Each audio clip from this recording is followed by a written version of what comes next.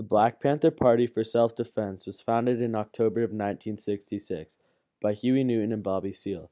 The idea for the Black Panther Party came from the late practices of Malcolm X, with the main idea that one should have enough dignity and self-respect to stand up and fight to obtain equality for all abused minorities. I think you'll find, sir, that there will come a time when black people wake up and become intellectually independent enough to think for themselves, as other humans are intellectually independent enough to think for themselves.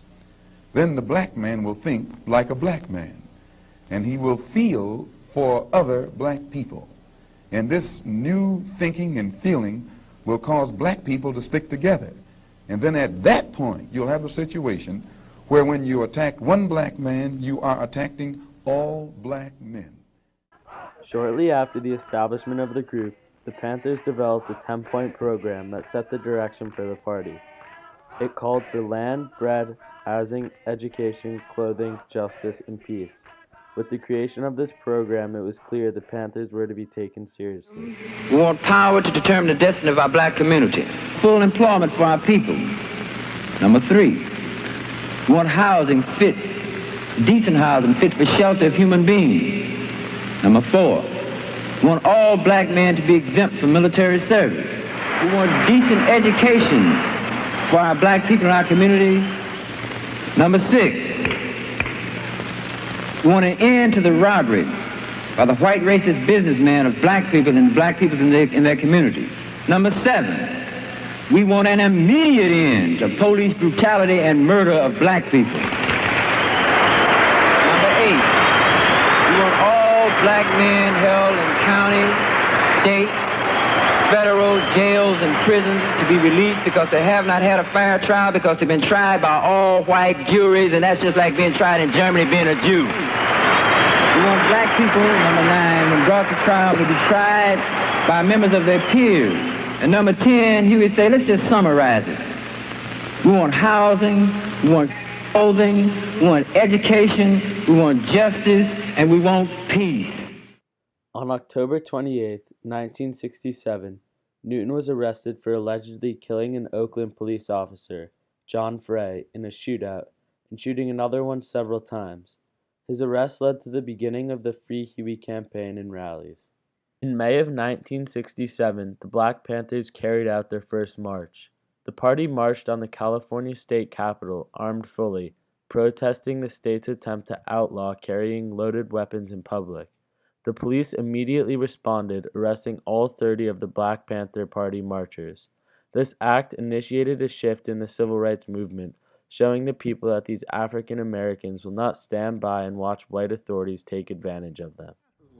The Black Panther Party for Self-Defense calls upon the American people in general, and the black people in particular, to take careful note of the racist California legislature, which is now considering legislation aimed at keeping the black people disarmed and powerless. At the very same time, racist police agencies throughout the country are intensifying the terror, brutality, murder, and repression of black people. You have no right to take my gun away from me. You don't know the Constitution, right? Sure we do. We're well aware of the Constitution.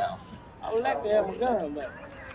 Why do you believe the legislature is racist? Because you know, you're a part of it, and you're obviously, it's a white system.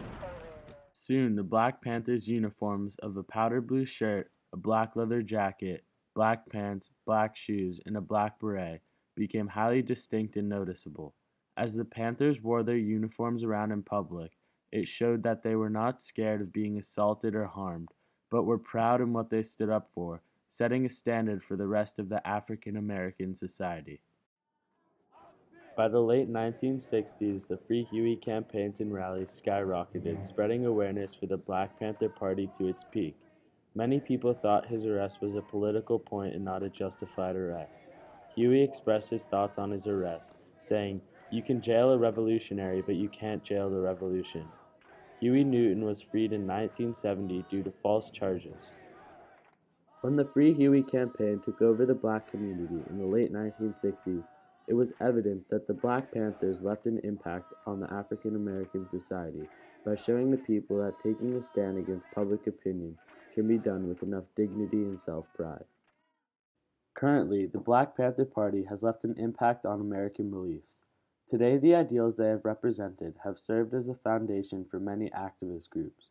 One in particular that has gotten a lot of attention recently is called Black Lives Matter. They, like the Black Panthers, stand for freedom and equality for all African Americans. With the same unfair black treatment occurring every day, Black Lives Matter has a similar mentality as the Panthers.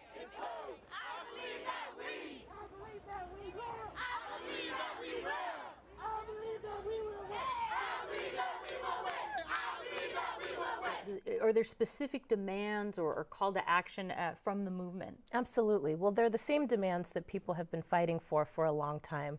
We stand on the shoulders of giants, folks who have made sure that we have a seat at the table and that we're able to participate in our nation's democracy, that we're able to live in full dignity and respect, that we're able to make wages that support our families, that we have full housing and employment, and then, of course, that we stop and stem the tide of police brutality that's ravaging our communities.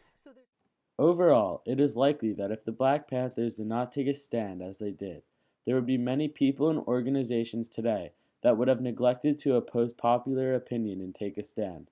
The Panthers successfully set an example for society by showing the world that not only do Black people have the ability to act freely, but they also have the justification to oppose white authority.